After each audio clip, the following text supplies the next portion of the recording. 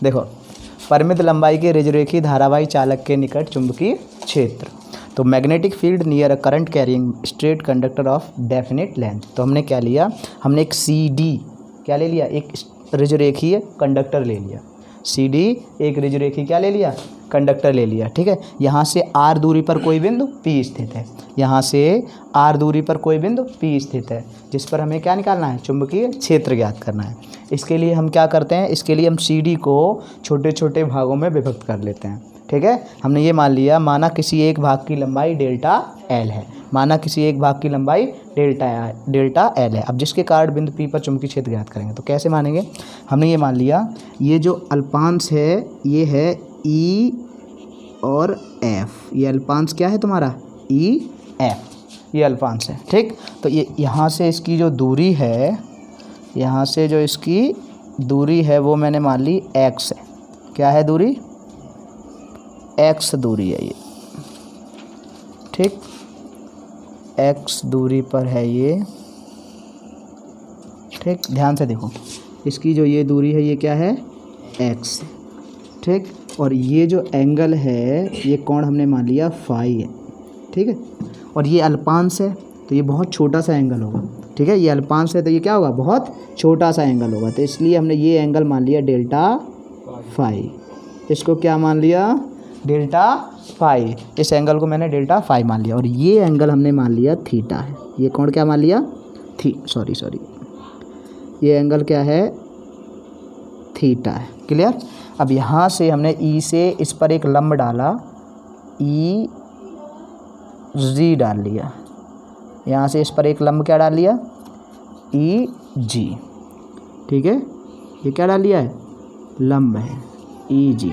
देखो ये जो ये अल्पांश है तो ये दोनों लंबाइयाँ, ये जो दोनों लाइनें हैं ये बहुत पास पास हैं, ये ध्यान रखना।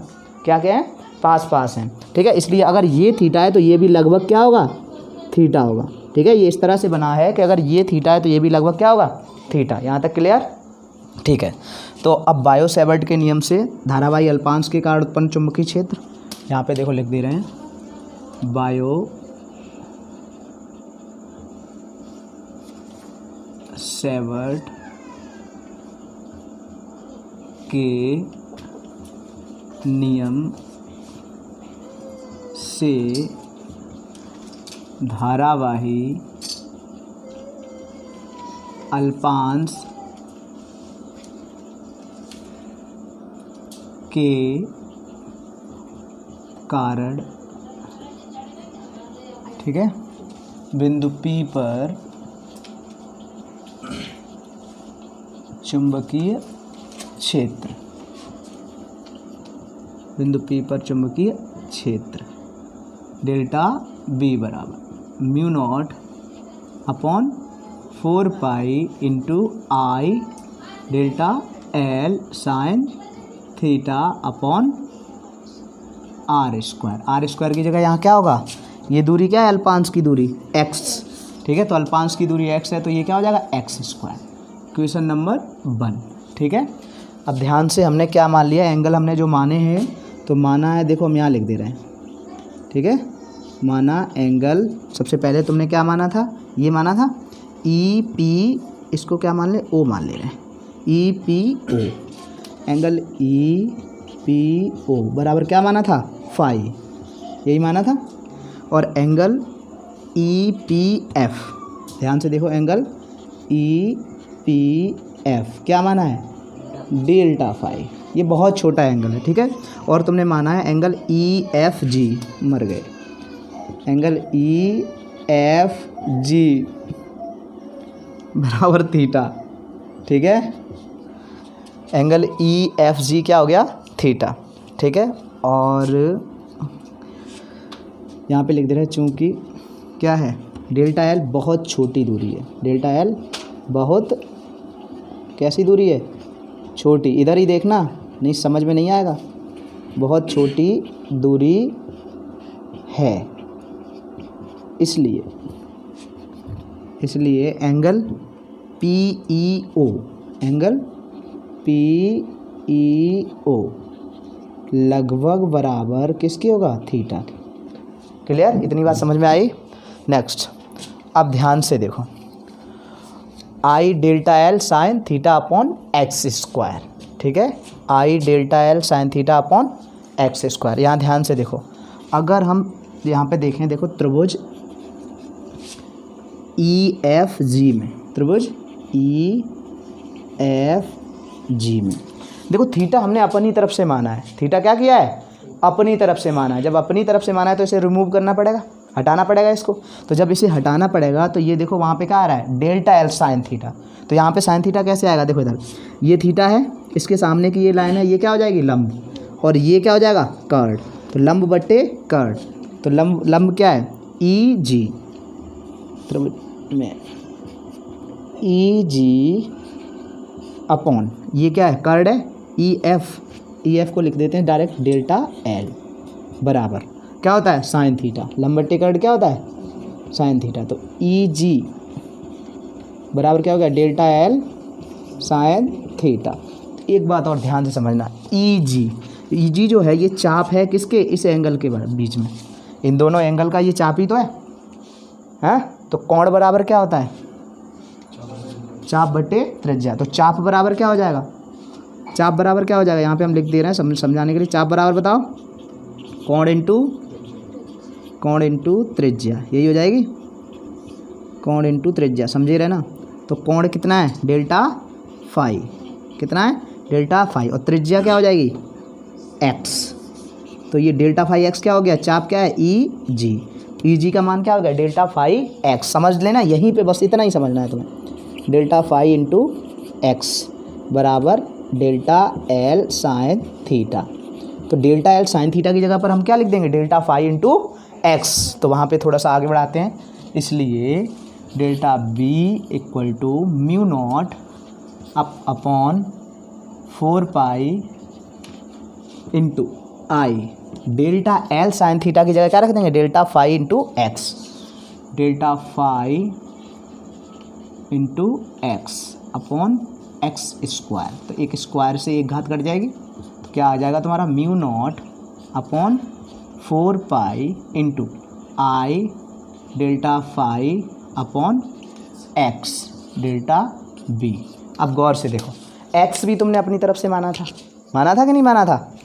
तो x जब अपनी तरफ से माना था तो ये देखो x की वैल्यू भी हम यहाँ से निकालेंगे। किसकी वैल्यू? x की।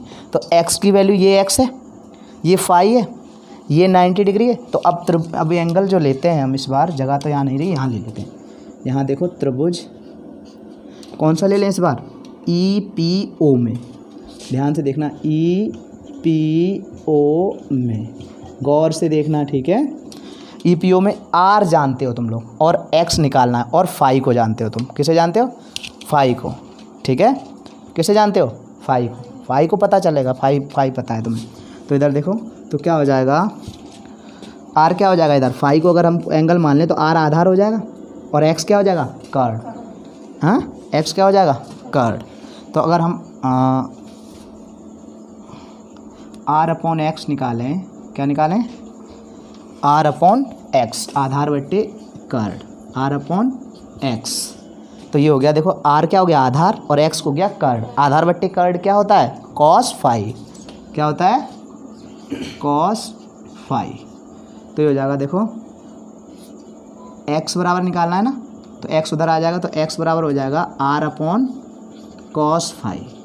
ठीक है, R अपॉन कॉस फाई इसमें लिखेंगे, इसकी X की जगह पे लिखेंगे तो देखो क्या आएगा। इसलिए delta B equals to mu naught upon 4 pi into I delta phi upon X की वैल्यू रखेंगे यहाँ से हम एक्स की वैल्यू, ये वाली वैल्यू रखेंगे एक्स की, तो आर अपॉन कॉस फाई आएगा। R upon cos phi, upon में कॉस फाई आएगा तो वो कहाँ चला जाएगा? ऊपर जाएगा, ऊपर आर अपॉन कॉस फाई। तो ये जो आ गया इक्वेशन नंबर 2, ये जो इक्वेशन आया, ये किसके कारण उत्पन्न मैग्नेटिक फील्ड है? ये अल्पांश के कारण उत्पन्न चुंबकीय क्षेत्र है। ठीक है ना? अब हम पूरे तार के कारण उत्पन्न चुंबकीय क्षेत्र निकालेंगे। तो इसके लिए हम क्या करेंगे, इधर ध्यान से देखो, हम इसको थोड़ा सा इसके एंगल निकाल लेंगे। हम एक एंगल यहाँ पे फ़ाई 1 फ़ाई 2 मान लेंगे पूरी लंबाई से।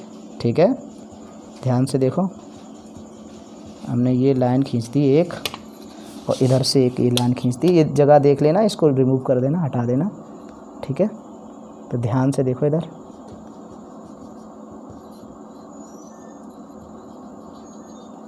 ठीक।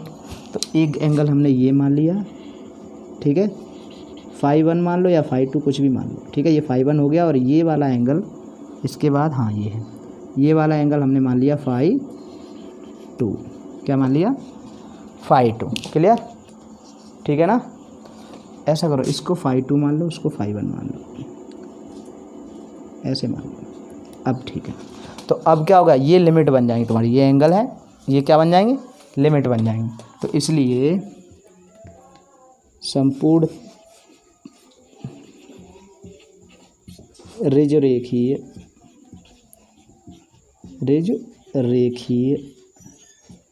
चालक के कारण उत्पन्न चुंबकीय क्षेत्र, ध्यान से इधर ही देखना, ठीक है। क्या हो जाएगा? Integration delta B equal to integration, देखो फाई 1 फाई 2। अब ध्यान से देखो, फाई 1 और फाई 2। फाई 1 अगर हम पॉजिटिव लेंगे तो फाई 2 का हो जाएगा नेगेटिव, ठीक है। इसको बंद करना। इधर देखो, तो संपूर्ण रेखीय चालक के कारण उत्पन्न चुंबकीय क्षेत्र, तो हमने ये मान लिया कि ये देखो, ये इधर नीचे यहाँ से यहाँ तक लास्ट तक डी तक जो एंगल है वो फाई 1 है, और एक्स से ये क्या है सी तक है वो फाई 2 है, ठीक है। तो ये हमारी लिमिट हो गई, मैक्सिमम लिमिट। तो लिमिट क्या हो गई? देखो इधर ये नीचे है, एक्स अक्ष के नीचे, इसलिए हमने ये काय का ले लिया? माइनस का फाई 1 ले लिया, ठीक है। ये एक्स अक्ष के नीचे जा रहा है तो क्या हो गया? माइनस का फाई 1 हो गया, फाई 2 क्या हो गया? प्लस का। तो ये तुम्हारी लिमिट बन गई माइनस फाई 1 टू फाई 2, ठीक है ना। तो अब देखो इंटीग्रेशन तो क्या हो जाएगा? देखो mu naught upon 4 pi into I cos phi, और ये डेल्टा फाई अपॉन आर, ठीक है। तो अब जिसका इंटीग्रेशन करना, इंटीग्रेशन डेल्टा बी बराबर हमने मान लिया बी, ठीक है ये। और इंटीग्रेशन माइनस सॉरी जिसका इंटीग्रेशन होना है उसी को लिखा रहने देते हैं। तो म्यू नॉट अपॉन 4 पाई, ध्यान से इधर देखना, into I upon R integration cos phi delta phi. तो फाई के सापेक्ष कॉस फाई का हमें इंटीग्रेशन करना है। तो कॉस फाई का इंटीग्रेशन क्या होता है लड़कों? चुंबकीय क्षेत्र बी बराबर mu naught upon 4 pi into I upon R, cos phi का इंटीग्रेशन बोलो साइन फाई। कॉस फाई का इंटीग्रेशन क्या होता है? Sine phi. और लोअर लिमिट है माइनस फाई 1 टू फाई 2, ठीक है। तो अब लिमिट कैसे यूज करते हैं? ध्यान से देखना इधर, mu naught upon 4 pi into I upon R sine phi. Sine phi का अपर लिमिट क्या है? Sine phi 2। तो पहले upper limit minus sine phi 1 यानी क्या आएगा? माइनस फाई 1, ठीक है। ध्यान से तो माइनस इधर आ जाएगा, तो माइनस माइनस क्या हो जाएगा? प्लस। तो mu naught upon 4 pi into I upon R sine phi 2 plus sine phi 1, ठीक है, साइन फाई 1। ये हो गया बी। तो ये परिमित लंबाई के रेखीय धारावाही चालक के निकट चुंबकीय क्षेत्र का फॉर्मूला ये आ, समझ में आया ये, ठीक है। तो इस तरह से हो गया कंप्लीट। नोट करो इसे।